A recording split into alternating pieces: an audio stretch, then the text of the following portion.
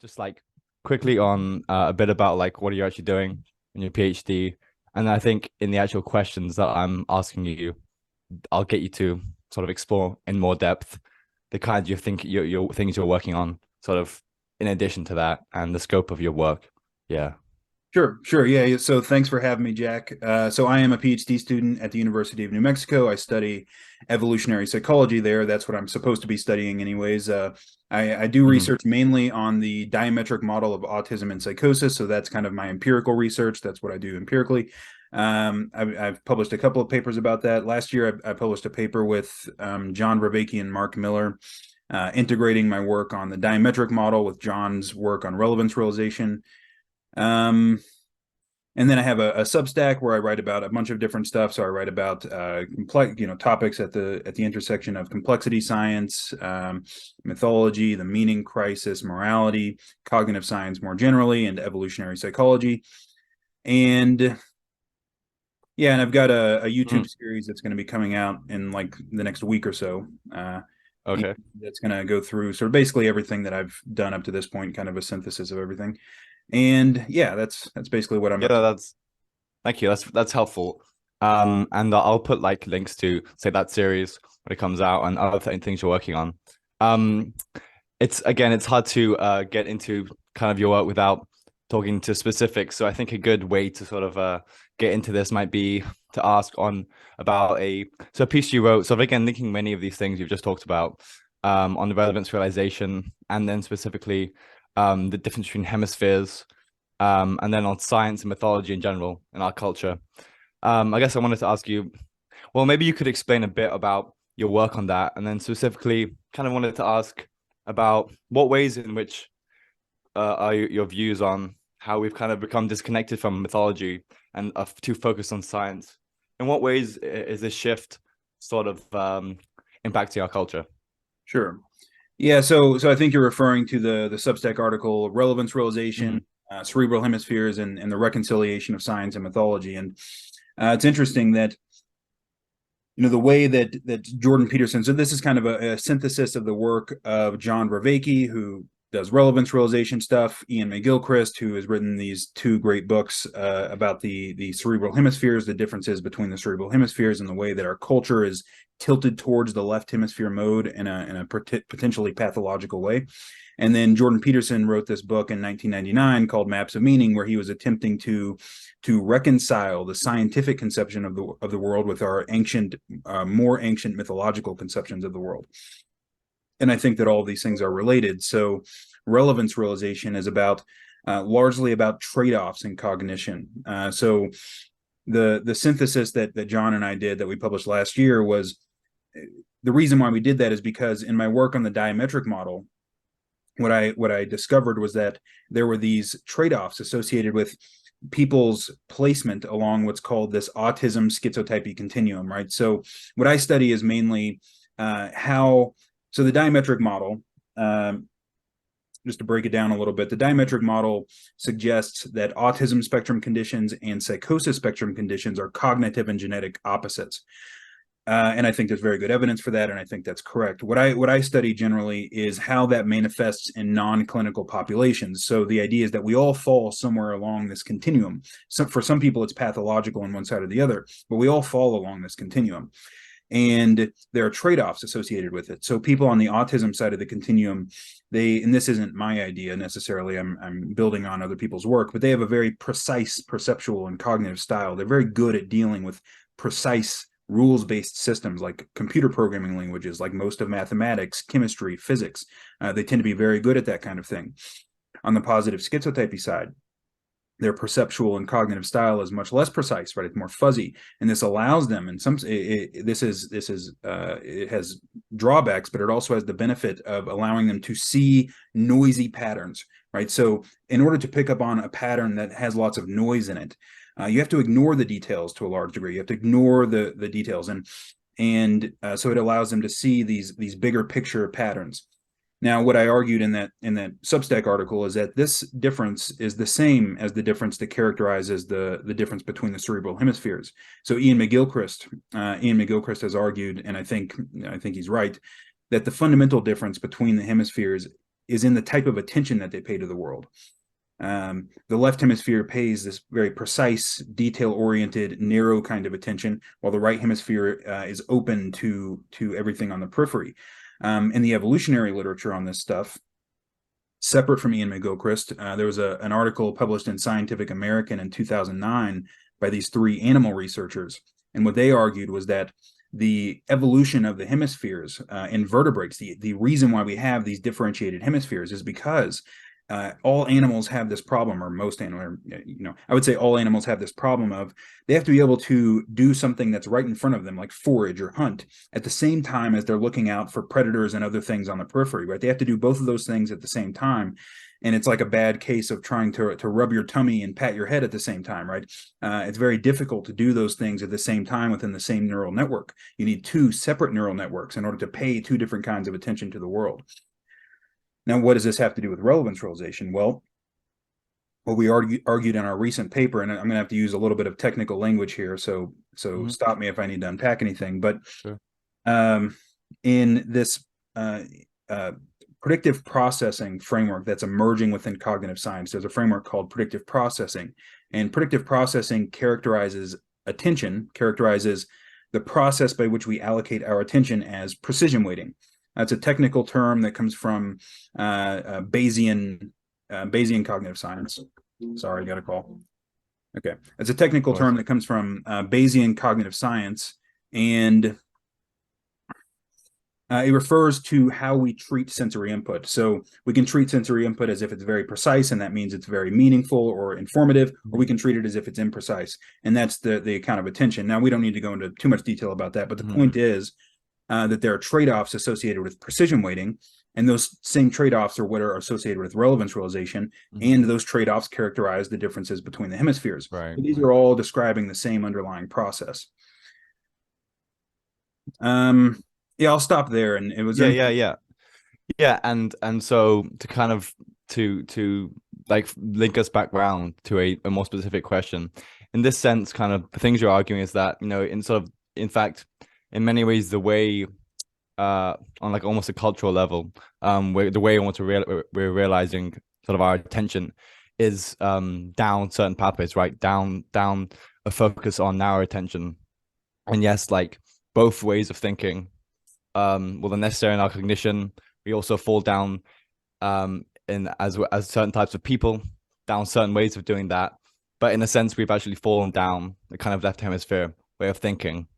And so I guess I kind of want to ask, actually, like you talked in that paper, in that sort of article, about sort of we've become very scientific but less sort of mythological, and thinking about that. I kind of wonder then, on a practical level, sort of we've become very sort of dominated in terms of science as a culture. Like, could the science itself have to change? How could we, it's easy to say maybe that we're kind of disconnected from mythologies. How could we kind of bring those back? Yeah. Like on a practical level, like what kind of changes could we do, given that it's such an important thing, but also like how does one change the way we realize relevance, right, as a culture?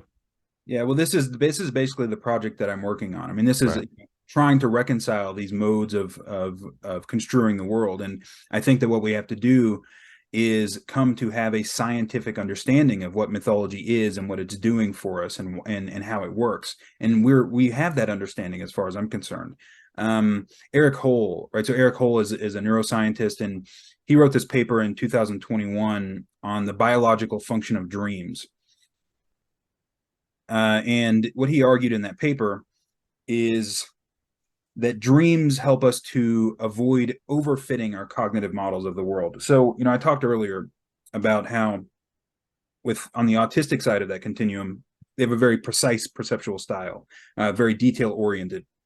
And that means that their cognitive models, and this is actually how it's described in the literature, their cognitive models tend to be overfitted. Now, what does that mean? It just means that, if you have noisy data, if you try to fit your statistical model, let's say you're doing data analysis, if you try to fit your statistical model to every little data point in that data, you're not going to pick up on the larger pattern, right? You're going to miss the larger pattern. You're going to miss the forest for the trees, basically. And so that's called overfitting your model to the data. Now, what Hole argued that dreams do is they they help us to avoid overfitting. And they do this. So he points out three phenomenological properties of dreams, and this will relate back to myth here in a minute. But he points out these three phenomenological properties of dreams, which are the sparseness of dreams, right? So they lack detail. It's hard to find details in dreams. If you try to think of like the words on a page or the numbers, you don't get very many details. And they have this hallucinatory, unusual quality, right, where things break categories, right? So like a house can become a face and then a spaceship, or weird stuff happens in dreams. And then they have a narrative structure, right? And the narrative helps to order everything into a coherent pattern where you can extract a general principle. Like stories have a moral, generally speaking, and the moral of the story is the generalizable principle. Now, what's so interesting about this is that mythological narratives have all of these characteristics as well, right? So mythological narratives are not very detailed. You don't generally get a detailed picture of the personal lives of the people involved, and they have this hallucinatory quality, right, where the world rests on the back of a turtle, and gods have two faces and stuff like this, right? So they have this hallucinatory, unusual quality, and of course they have a narrative structure. And so what Hull has argued, and what I would argue, is that mythological narratives are serving as a kind of collective dream, right? They serve as a kind of collective dream that helps a culture as a whole to avoid overfitting, right? And when you avoid overfitting, what you're doing is you're able to generalize, right? And so what the mythological hero does, right? What the mythological hero figure does is provide a pattern of action that generalizes to many different situations. And this was exactly Jordan Peterson's argument in Maps of Meaning. He suggested that the mythological hero figure is a presentation of a particular mode of being in the world, right? And that mode of being is something like, when an anomaly occurs, what do you do in the face of that anomaly? Well, you can like run away screaming, or you can deny that it exists, or you can voluntarily subject yourself to the dissolution of your current assumptions about the world, and then have to reform those assumptions in the face of that, right? And that's the basic hero myth, right? That's the Buddha who's exposed to suffering and goes on the journey, and it's Marduk going to confront the dragon of chaos, Tiamat, and Horus confronting Seth, and all this stuff, right? That's the hero's journey, right? And so that provides a generalizable model of the world. And I think that we can come to have a real scientific understanding of what that's doing for us, and how it works. And when we do that, we might be able to, in some sense, recapture the dream that we lost, if that makes sense. Does that make any sense at all? Yeah, thank you. Like, it's as you say that it's so you say that like mythologies are kind of like collective dreams, and I don't think it would be wrong to say that you'd also say something akin like dreams are kind of personal myths, right? It's this way of sort of kind of reattuning ourselves to broader patterns. So in a sense, if our culture kind of is, in a sense, in a way, over specialized, overfitting, like that makes things kind of fragile. And I think this could be a good time to then go into some other papers you've written on sort of the complexification sort of theory of sort of reality, and the way in which this kind of provides actually an optimal kind of path, right? And way in which you could actually bridge and try and get that optimal synchronization between sort of left hemisphere, right hemisphere. So well, to frame that in a specific question, maybe you can explain that sort of complexification process, the way it can optimally kind of do that. And then like in a broad sense, how might that resolve problems? And then maybe we can then touch on some more specific questions if that like as they come up. Sure. Yeah. So the process of complexification. So I'll start out just sort of talking about how this originated within science. So there was a scientist named Per Bach working in the 80s and 90s. He was a physicist. And he was trying to understand what he understood as the problem of complexity. And the problem of complexity is basically this. The laws of physics, right? The laws of nature as we know them are pretty simple, right? They can all be written down on a single sheet of paper, and they're relatively deterministic. And yet we look around, and of course we don't see a simple and deterministic world at all, right? We see an extremely interesting and complex world. And so how is it that we get from these simple laws to this immense complexity? And he reasoned that complexity has to emerge at the border between order and chaos, right? Because a crystal is like an ordered system, and a crystal, is not complex, because if you know what one part of the system looks like, you know what the whole thing looks like. It's uniform throughout its entire structure. It can be precisely described with very little information. And a gas, on the other side of the continuum, a gas at equilibrium is a chaotic or a disordered system, and it's not complex either, because it's uniform throughout its entire structure. Complexity has to emerge at this narrow window between order and chaos.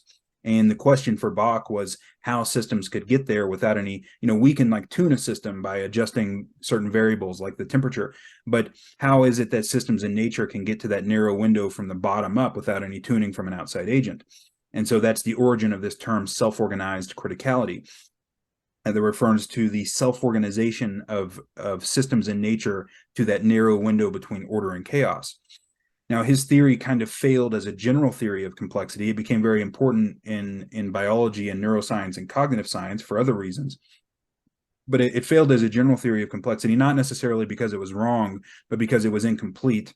And then more recently, there was a paper published in 2018 in the Proceedings of the National Academy of Sciences that did claim to put forward a more complete picture.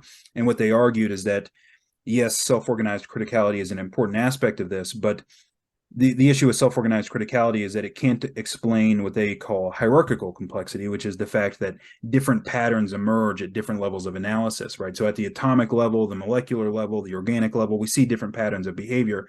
Self-organized criticality actually makes fractal patterns, and fractal patterns look the same at every scale. So how is it that we get this multi-scaled complexity? And they argue that you get this through competing interactions.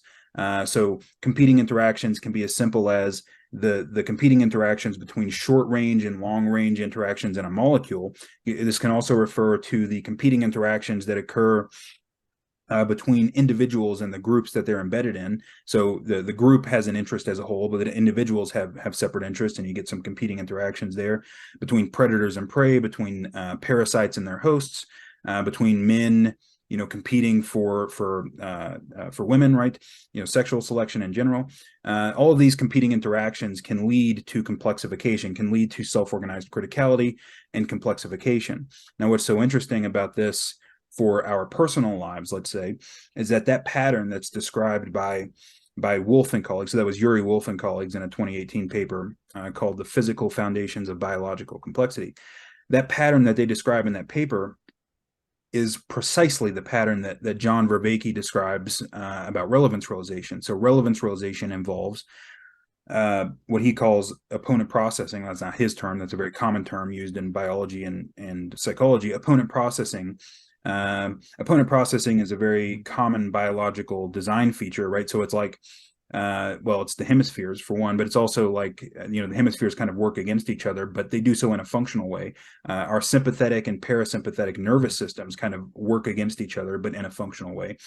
And John argues that relevance realization occurs through this opponent processing relationship between the pursuit of efficiency on the one hand and the pursuit of resilience on the other, right? So we can be very efficient, but efficiency is traded off with resiliency, and we're always trying to find the optimal balance, right?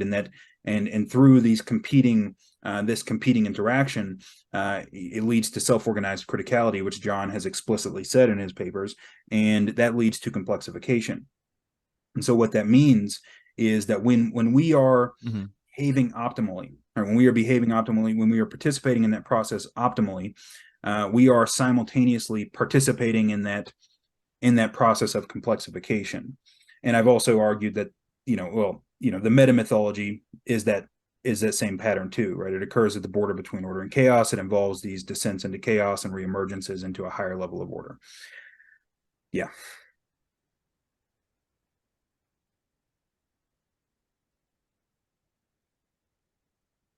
Anything else? Yeah. So that's helpful. Again, like to reiterate and almost like explain it for myself, and you tell me if I'm wrong. Sure. It's process of complexification, especially in like life forms. There's few competing interactions, and that can form, say, the transition from to multicellular life, the formation of eukaryotes. But it also literally occurs in our own cognition, as for example, when we realize relevance in the process of insight. And it also, in a way, is kind of like is portrayed and characterized in mythologies. And So that's and so a question on that front then is, you talked about, again, it's not this sort of process is not just some sort of um arbitrary thing we should that is just some strange scientific theory. It's sort of inherent to like our cognition, the way we're realizing relevance in the world. So in what ways do we kind of experience this? Like, how can we tell if we're sort of in tune to this process, and um and as well, in what ways is like it optimal to follow this process? You touched a bit on how it's like it links to like mythologies, but yeah, in what ways is it sort of tied to say meaning, to say optimal functioning of a sort of ourselves? Sure. Yeah. So I've got a paper that I'm working on right now about the psychology of meaning, and so there's this problem, that's talked about a little bit in the cognitive science literature. Well, it's talked about it quite a bit in different ways. You can think about it as the frame problem, or it's the problem of complexity. And when we're Mhm. interacting with the world, right, when we're engaged with the world, what we ought to do in any given situation is not at all obvious many times. And this can be very simple situation. So like if you go to a party and you tell a joke and you offend people, right? So people get offended at your joke. It's like, how should you react to that, right? Should you be mad at that? Maybe those people are like humorless prudes and you should really be mad at them. Or Mhm. maybe you're a jerk, maybe you're an insensitive jerk and you should feel really bad about it. Maybe you should go home and like rethink your life for like 3 days. Like how you should react to any Mhm. particular situation is not at all obvious, but we have to act. And so this poses a problem, right? It poses this problem of having these competing behavioral affordances, right? These competing ways that we can behave in the world. And when we have competition within, so when we are in a situation where there are multiple ways that we could act, and no way really seems any better than any other, that is one theory about what anxiety is, basically. So that's anxiety. When we have competing behavioral affordances, and there's no way of being or no way of acting in the world appears to be better than any other, we feel that as anxiety, right? Because it's uncertainty, right? It's uncertainty about what we ought to do. And when we are integrated, so the way that we solve this problem, right, we have to have our goals and our beliefs and our perceptions and our behaviors all integrated into a functionally coherent unit, so that everything's moving in the same direction. There's a coherent hierarchy of values, and when you have that, what you need to do kind of just shines forth to you as being obvious, right? It's Mhm. obvious what you need to do. You can act sort of intuitively. And when you have that, that's what I argue, and this is not necessarily my original argument. I'm building on other people's work, but that's what meaning in life is, right? So when you have this integrated, functionally coherent hierarchy of goals, values, beliefs, all of that, and you're integrated in the world properly, you feel that your life is meaningful and you're moving forward in life. Now, and so that's one indicate that's an experience that things are going well. But of course sometimes you can be going, Mhm. things can be going well, and you feel like your life is meaningful, and then something comes along and just absolutely crushes you, right? So this is an example that Jordan Peterson has used before, right? You find out that your spouse has betrayed you, right? You've been married for 20 years and you find out that your spouse has been, you never thought this was going to happen, right? Well, and before that everything seemed to be going fine, and there was no, so this is like a big anomaly, right? Like, and then the question is, well, uh okay, I got a sorry, I got a message from Zoom that says that I need to sign in every 12 hours, and Okay. I'm about to be signed out, so I have to sign in real quick. Don't worry, do that. Yeah, sorry about that. That's all right.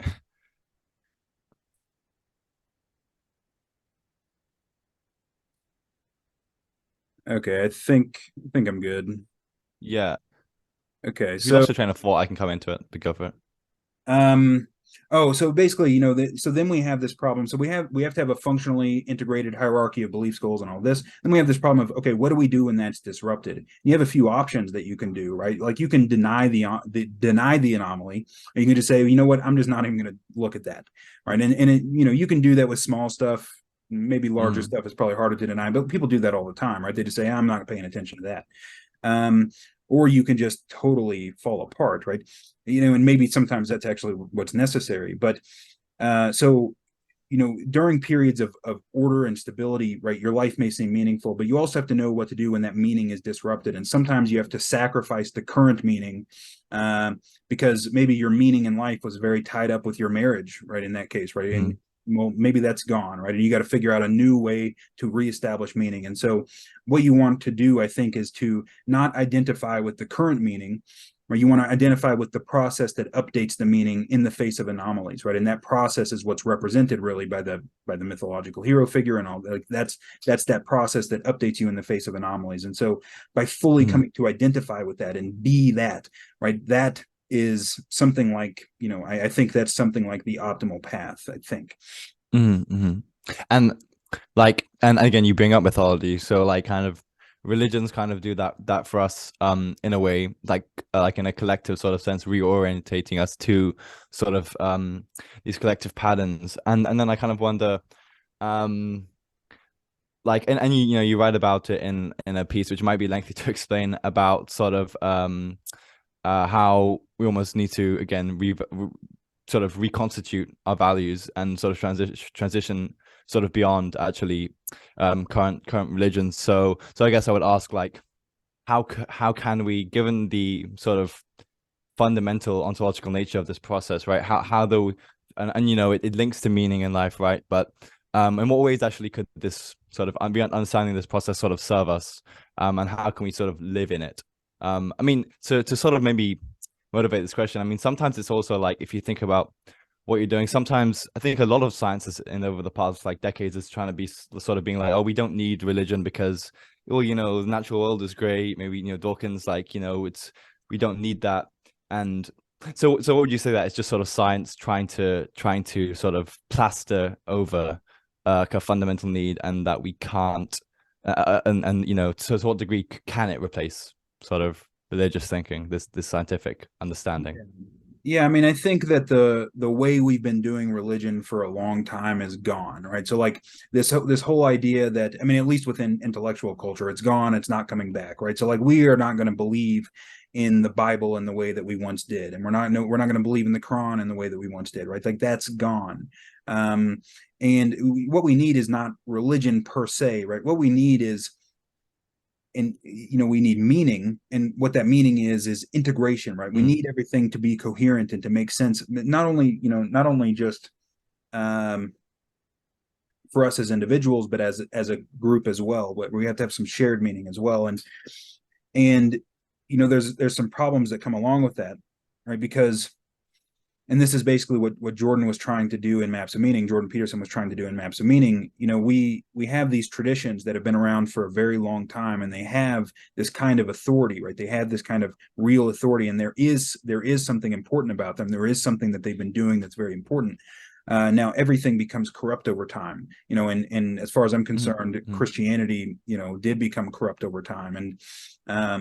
And so what we're trying to do, what Jordan basically said that he was trying to do in Maps of Meaning, and what I'm trying to do as well, is to take what was implicit in these traditions, right? The implicit function of these traditions, and make it explicit and make it fully scientific, so that we can believe in it, right? Because it's not enough for it to have functional utility, right? We can't make ourselves believe anything, right? It has to be true. Well, if it's not true, that's one thing, right? Then we got to figure out what to do. But the issue is that I think it is true, right? I think that there is something at the core of these traditions that is true. And there's lots of differences between them in terms of the peripheral stuff, like explicit moral rules and things like that. But there is this core idea, the meta myth or the mono myth, or whatever, however you want to call it, that I do think is true, and that we can rescue from its own corruption in some sense. Does that answer your question? Yeah, it does. Like, I mean, where to go from this? I think, like, one thing that comes to mind is kind of, because maybe I could ask, like, mythologies don't really, they're actually fundamental to, like, sort of constitute society. So I mean, what are kind of, like, it's a weird question, but maybe what are kind of mythologies that we like there's one, I think one piece you sort of cite was about about sort of the rise of like things like Netflix and how we're like pummeling ourselves with kind of these different like stories and fictions, which are effectively like this pattern, like maybe almost like, and this maybe links, and this could be a helpful link to link us to like John Vervaeke's The Meaning Crisis, right? A sort of a broader understanding of like how can we get sort of interact and engage with this complexification process beyond the typical religions which have kind of sort of died for many of us, right? So I guess I would ask what what are kind of mythologies at the moment, and like in our own culture, and like yeah, what like practices and what ways could we sort of collectively try and engage in this together? Yeah, I mean, Does that make much sense? no, it does. It does. I mean, I think I get what you're getting. I've gotten asked this question before, and my answer is always really I have no idea. Hmm. In terms of like what the future is going to look like in terms of how Right. it's going to play out, I have no idea. What I would Hmm. say, to people, is that at the moment, this is very much a something that you just have to live out in your own life and see where it takes you, right? So, Hmm. it's the process of you becoming who you can be and facilitating that process in other people. And my sense is that if enough people get their act together, right, the whatever the solution to this problem is will just kind of self-organize out of that, right? The goal Hmm. is to facilitate that process in as many individuals as possible, right? And the more people Hmm. who really put themselves together, right, the more likely it is that something will emerge out of that the solution to our problems will emerge out of that in some Hmm. sense. So to me, Uh, the yeah, it's just like I'm kind of yeah, worried about yeah. the meta solution, right? And the meta solution is facilitating that process in as many individuals as possible, I think. Yeah, so like to like link to the ideas of self-organized criticality, I mean actually one like could not say what it would look like in a sense, right? Because it's about novelty, right? Um so that kind of like that makes me then want to ask about, and it links to to a an article in Substack you wrote on intrinsic existential risks like for humanity, like again it's a question which it's hard, like kind of hard to answer, but like would you then almost say that like a phase transition is kind of like a self-organized critical like phase transition like might come for humanity? And what do you think of things like AI and like ways they could induce radical sort of changes? Like I guess the motivation for this is there's a series Vervaeke is doing on new forms of governance, and I'm very interested in like what do economic institutions look like? Um, are there ways of going beyond both government and the market? Which like John Hall and people like this are kind of suggesting. So I guess a practical question, yeah. What are the role of things like AI, and like collectively what almost like spurs on sort of these changes that like kind of in a way, do you think they seem inevitable, like changes like given this process? Well, it's inevitable, or else we're gonna kill Right. ourselves, right? I mean, we are going to put ourselves, we are going to figure out how to deal with these things, or we won't, and we won't be around for much Right. longer, right? So, I mean, I have a lot of hope about that. I do think I mean, maybe things will get really bad first, and that does happen, but um, yeah, so in terms of, this like phase change, I mean, that is the case, I think, is that we are going to have some kind of phase change in terms of how we govern ourselves, or we're not going to be able to deal with the multitude of problems that our our technological sophistication has brought about. And what that's going to look like, I have no idea. I'm very skeptical of government in general, Hmm. and I'm very skeptical of giving governments more power than we have to, because I have, some understanding of the 20th century and what governments like to do when they get a lot of power. Hmm. So it's not clear to me at all what the solution is and how we're going to go about that. I mean, people have all sorts of wacky ideas. Mencius Hmm. Goldbug is this blogger who's made a name for himself by advocating for monarchy, right? And who knows, right? I Hmm. don't think that whatever, and I have no idea what's Hmm. going to come after this, but I don't think that our current the current way that we're doing things, this sort of democratic capitalist society, is going to last forever, right? It's not, I'm Mm-hmm. not sure how much longer, but I think that there are internal contradictions inherent to it that that will bring its own end about at some point in time, and whatever comes Mm-hmm. after that, who Yeah, knows? yeah, no. But No, I see. yeah, I mean, the idea would just Okay. be, we need to put ourselves together as much as possible and reduce pathology as much as possible, so that whatever it is, we'll be as prepared for it as possible, whenever the catastrophe comes, I guess. Mm-hmm. Yeah. Yeah. Sometimes you're cutting off for me, so sorry if I interrupted you. Um, but I mean, so again, like to finish that off, it's kind of again in a way. Sometimes you can also I'm thinking about it as like opponent processes, like or like the way in which some things like democratic institutions may have been very adaptive, but then again, like in the way that organisms evolve over time, there's sometimes things need to change afterwards, right? And it's just hard to know what it would look like. You touched on there about like sort of what individuals need to do. Maybe you could almost like bring it back down to another topic that we talked about earlier on, which is Jordan Peterson, he talks a lot about um males and a demasculinization and sort of a feeling of worthlessness of males and denigrating of them in society. I was wondering if you could maybe touch um on your thoughts on that in conjunction with sort of the fall like a sort of a fallen sort of the a focus in people and of schizotypal type people, right? And like you wrote an article on males, but more specifically, almost like do you feel that like the kind of person in society that is schizotypal, but is not like an artist or something? Do you think that there is a specific problem with like how we think about these kinds of people and like what role they can have like in our society, like how they can help sort of like change? Are we sort of almost these kinds of people specifically sort of brushed over?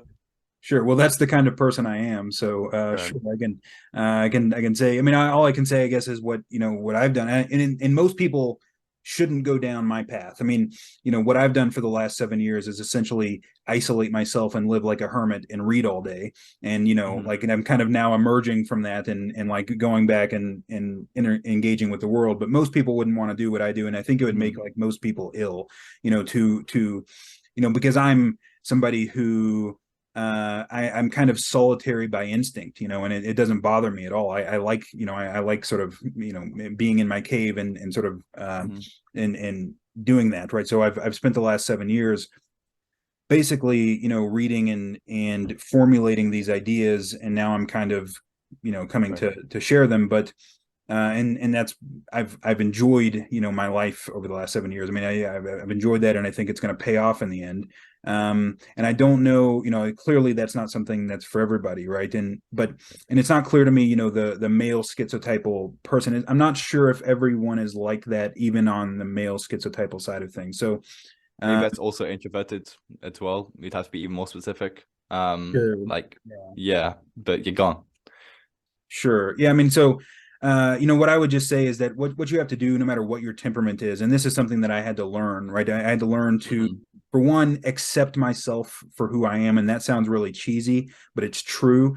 You have to accept that, other people are not necessarily going to understand you, and it's fine, right? You have to learn to kind of get a little bit of thick skin and accept that, like, not everybody's going you're going to be a weirdo in some ways, and just, they can get over it, right? And Hmm. you have to develop a certain amount of arrogance to do that, right? You have to, a certain amount of like, I don't know if you allow cursing on here, but okay, so, Yeah, go for it. okay, but you have to, yeah, you have to develop that kind of attitude, and that takes a little bit, and you have to do that, not just for like the schizotypal type of person. You have to do that if you're sort of weird in other ways too. You have to kind of sink into who you are, and then but you have to find a context, right? And like, this is something I had to fight for, really, and I think people often have to fight for, is you have to find a context that allows you to be who you are, right? Because I could never manifest myself, right, my actual personality, if I had to work in a job doing an accounting or something like that, right? I could just never do it. You have to Mhm. find a context in which you can become who you are.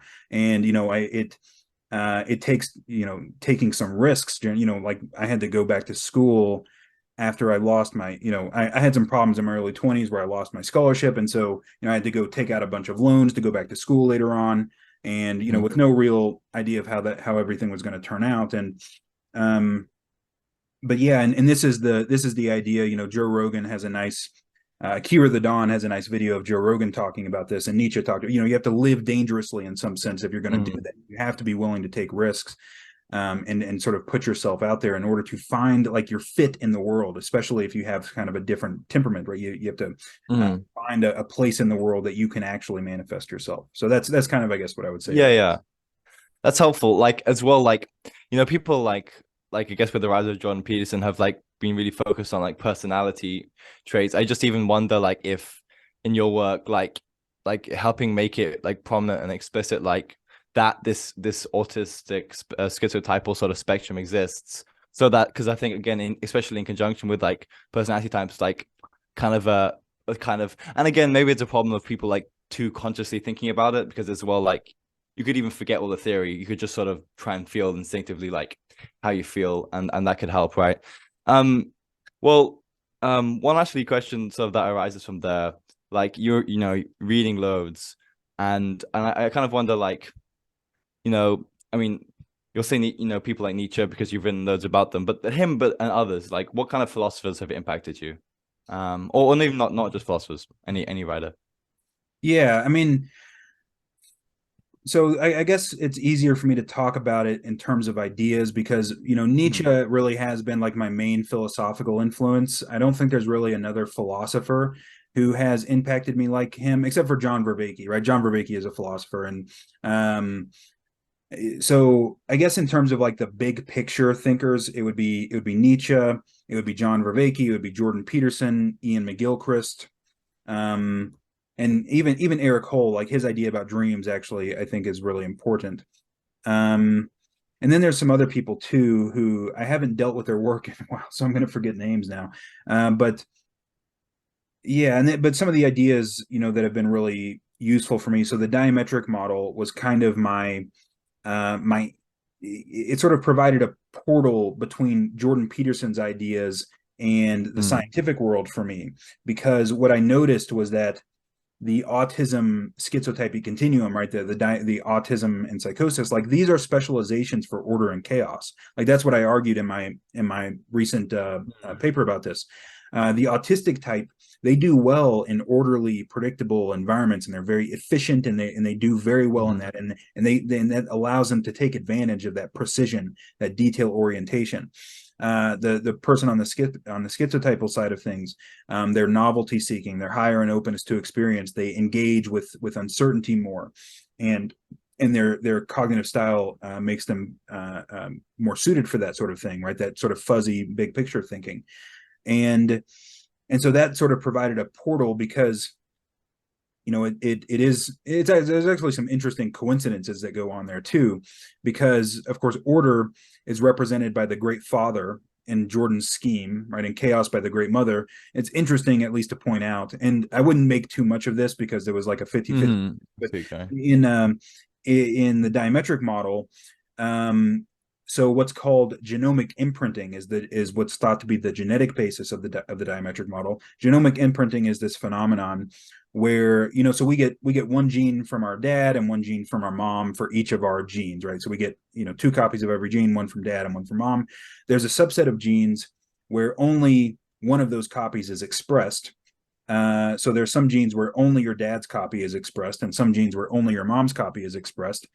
The ones that where your dad's copy are expressed, those are called paternally expressed genes, and those promote autism and autistic-like traits. And the ones from your mom, the ones where Mm. only her genes are expressed, those promote the positive schizotypal traits. And of course, there's that order chaos thing, and I kind of suspect there's some real connection there, but of course, it's Yeah, I yeah. don't want to make too much of that. But yeah, so that was one idea, and then That, yeah, go ahead. Yeah, go ahead. well, I would love to hear on other ideas. Like, and by the way, that idea, I agree. There's probably something there, but it's like it may be a puzzle piece that would fit in at some other point, and you realize, oh, I see.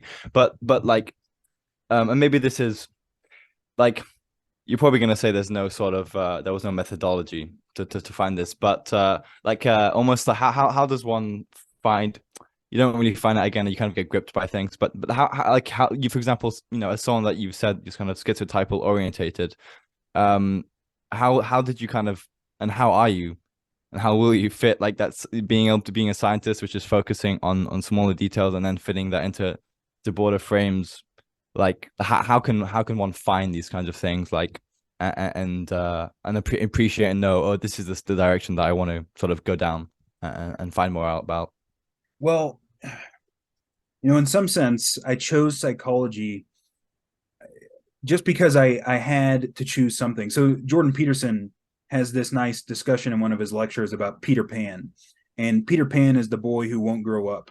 And Pan is the god. Pan is, it actually means the god of everything, right? Pan means everything. And that's what you are when you're a child. You could be anything, right? You're nothing but potential. And what Jordan Peterson said in this little discussion about Peter Pan, he was like, look, lots of people, they don't want to sacrifice that pluripotentiality of childhood, right? All these things that you could be, in order to narrow yourself down and just be one thing, right? And like this was, I like, when I heard that, I was like, oh yeah, this is definitely what I'm doing, because I'm interested in everything, right? And it's like, how, and I was like so worried that I would choose the wrong thing, and then I would be stuck in this thing that I hated. And it's like, okay, well, if I don't choose at all, I'm going to be 40 years old and a loser, right? Right. Like you just do something. And the thing is, like, once you throw yourself into something, you can kind of adjust yourself along the way, right? Like generally speaking, it's never too late to kind of adjust a little bit. And so, find something that you want to do and just kind of, go for it, and you can adjust your target along the way.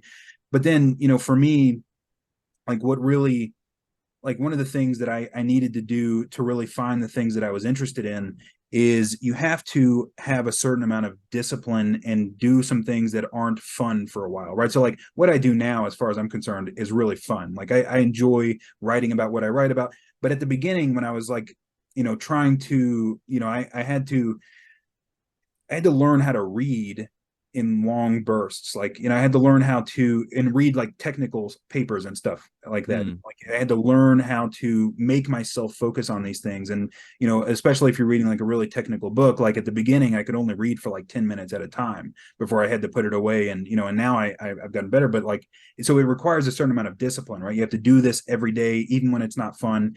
And eventually it pays off. And like, I'm not conventionally, I'm not bringing in a whole bunch of money or anything right now, but like it has paid off for me in terms of like my, I really, Yeah. Enjoy what I do, let's say. So, yeah, I guess that's kind of how I would answer that. No, yeah, that's interesting and helpful too. And like, I don't know if you're following Vervaeke's like series on After Socrates at the moment, but it's like very reminiscent of them talking about sort of Kierkegaard and his relation to Socrates, in that this thinking of you have to. He talks about going into the aesthetic, into the ethical phase, and how, in fact, both are kind of in an opponent processing relationship at your whole life to attain the sort of religious phase, whereby it's like you have to actually commit to things to actually sort of facilitate your growth in a sense. So in a sense, committing to things opens up opportunities. I mean, just to touch on that, like even for myself again, as probably a similar sort of personality to you, like you realize actually like in going down, it's again it's in going down, say, certain rounds of like economics for myself, I realized that in having really broad interests, in a weird way I can then channel that through economics to then see a perspective on economics that other people are not seeing. So in a weird way, actually, in a strange sense, schizotypal actual the sort of attitude of that, in a weird way, it makes me, I don't know if you feel this, it makes me want to really know the details of things, because then it's only through that can I make sort of plausible and justifiable links to then other things, right? So in a strange sense, it almost makes you the reverse, in that you definitely want to know the details so that you can sort of actualize that fullest. So that's well, and to phrase that into a question, I kind of want to then, you talk about Nietzsche, maybe I kind of want to say, like, you talk about things being difficult, right? What can you say about like we kind of like also reading Paul Tillich's The Courage to Be at the moment, talks about how like we have a weird sort of framing of what hardship is, and like some we kind of focus on like happiness, right? But then there's also distinction between like, is there something, and there's things to the complexification processes we're talking about, right? Like a process beyond that, right?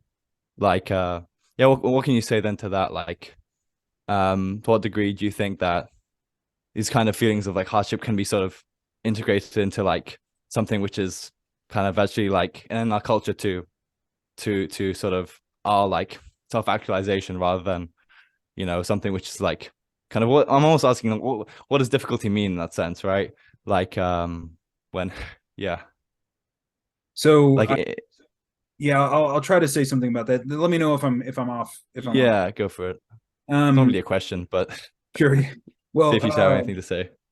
so yeah, we have this idea in our culture that like what we really want is to be happy, right? And we need to pursue happiness, and I'm not so convinced by that, right? And I think that this is actually like a symptom of the meaning crisis, right? This idea, this focus on safety and comfort and all of this. Jonathan Haidt and Greg Lukianoff wrote this nice book called "The Coddling of the American Mind" about the rise of safetyism, right? Like we're so focused on keeping everybody safe that we're like harming people. And to my mind, this is a symptom of the meaning crisis. What Nietzsche in the Genealogy of Morals said, that it's not, man does not repudiate suffering as such. He will desire suffering. He'll even seek it out as long as he has a meaning for it, as long as there's a purpose for it. And we have no problem subjecting ourselves to suffering if it's worth it, right? If there's something that is a higher value that's worth it. And how Jordan, the way he describes the mythological hero figure sometimes is that it's a representation of the voluntary acceptance and therefore transcendence of suffering. And it is the case that you have to, generally speaking, you have to suffer in order to grow, right? You do this in the gym, right? You go to the gym and you suffer for a little bit, and that pays off. May not pay off till like 6 months later, right? But it pays off, Right. and you're better for it. And you have to. So what Nietzsche said is that these people who are so focused on comfort and happiness, right? Well, their happiness will always remain small, right? It's those who voluntarily subject themselves, and of course, we're not talking about like chastising. We're talking about doing the things that require you to even going to the gym, but also taking risks socially and things like that. Even that is something that can induce a certain amount of suffering, because of course it hurts to be rejected socially. But all of that's necessary if you're going to develop yourself personally or anything like that. So it's always the case that we have to voluntarily accept the suffering that comes along with the potential for failure or chaos or anything like that. Does that kind of get at what you were talking about? Yeah, that's helpful. Thank you. And like again, it kind of links in say mythological narratives. It's kind of like as well precisely kind of things they talk about. Um, I think I'll wrap it up soon. There was one more question I had though. Just you say that now it's kind of leaving me. Well, let me ask this, and then if it comes back to me, it will. Like you said, you're like making a YouTube series, and so like, what is next for you? Like, and as well, like in after your PhD, like, are you planning to like sort of go into academia, and what kinds of things? Given that your content sort of spans so many areas, like, what are you thinking of creating and doing afterwards? I mean, I'm just going to keep on creating things and like hope it works out, I guess. I mean, so I would like to go into academia. I think that's where I belong in some sense, but I'm not entirely sure that academia is going to be so welcoming to me, because I am going to write about things at some point that is not going to be very welcome within the halls of academia. So, I mean, I make it known I'm not a fan of the ideology that has sprung up within the university of diversity, equity, and inclusion, and all of this stuff. I will not pay any lip service to it, and I will always say that I think it's really pathological and dumb. And because of that, I have a feeling that academia is not going to be very friendly towards me. And that's okay. I'll figure it out. I'm pretty sure that I'll figure out what I'm going to do. But at this point, I'm just so I have multiple years. I've probably 3 or 4 years left on my PhD. where I can continue to create stuff. And I hope and I kind of suspect that some opportunity or another will come out of that. That's my plan, basically. Yeah, yeah. And well, I just want to touch on that you talk, because I also asked about science in the beginning, and maybe it's a nice place to end. Is like, do you think that science, like because I know you and John Vervaeke have talked about science kind of lacking integrative theories. I've been researching this in economics, and how like there's just sort of a plethora of just a mishmash of theories being thrown out there, almost like the incentives are kind of to make a new theory rather than to integrate things together.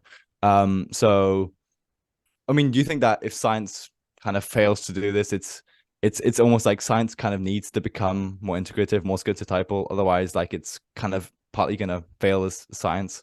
Like what do you think of that? Yeah, I mean there was a nice essay written in the 60s. I forget who wrote it, but he had this nice metaphor for it. You know, the purpose of science is to build houses, but we pay people and we give people grants to make bricks, right? To make Mm, lots of bricks, but never to build the house. And this is the case. If you want to get a job, I mean, my understanding of it is, you know, if you want to get a job at a high level research university, you need to have a lot of publications, a lot of high impact publications, and you need to be able to get grants, right? You need to be able to get mm, grants. Well, the way you're going to get a lot of high impact publications and the way you're going to get big grants is by having a focused research program that is constantly producing empirical findings, right? And like that stuff is important, but as far as I'm concerned, right, we have so many factoids out there right now. There's a huge just mm, ocean of empirical research. Basically, any topic you want to find out about, like you can go to Google Scholar and you'll find like 5 different papers on it. And to my mind, like, you know, there's so much information out there that needs to be integrated together. The problem is that it's difficult to publish that stuff sometimes, because if something is too interdisciplinary, you can't really find a journal for it, right? So like just as an mm. example, the stuff that I'm doing with Nietzsche, right? So like arguing that Nietzsche's philosophical stuff actually lines up with modern scientific findings. Well, I don't think I could ever find a journal to publish that stuff, right? Nietzsche's Mm. journals aren't going to publish the technical scientific stuff. The science journals don't care about Nietzsche. And so if you're Right. doing stuff that's really interdisciplinary, you just can't publish it. And it's also the case that like if you're going to write a really, you know, detailed technical paper about that stuff, it takes time, and you can't publish 20 of those papers in a year, right? You can publish like maybe 2 or 3. And so that Mm. means, and because they don't count any more than an empirical paper, like that means that it's just harder to rack up publications if that's your focus. So I do think that the incentives are a little off. I have no idea how you would fix them. Mm. One way, you know, one thing is that academia is just so competitive. It's so competitive that, and this is a problem.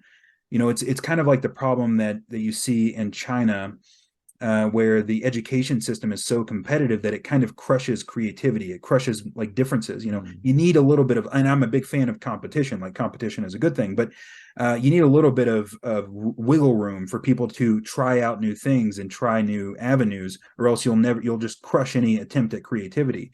So the Mm. fact that we're producing so many PhDs and we have so few jobs available to them, I think that's also part of this problem. If that answers Yeah, your, yeah. yeah. Yeah, interesting. Yeah, we need both kind of competition and cooperation, and like that happens in biological organisms to be at self-criticality, to complexify. And again, also like again, I've been thinking about the sort of the trade-offs inherent in relevance realization, and how like in just the economy and whatever it is, it's a very weird thing, kind of like a hyper object or something, or hyper object, something very weird. But it kind of has those same trade-offs. And well, anyway, we talked about phase transitions, what's going to happen in the future of science, and the future of your career. So yeah, Yeah. thank you. It's probably a good place to end. Sure. Yeah. Um, Thanks yeah, for I having appreciate your time. Well, we can stop it there. I'll hit end the recording.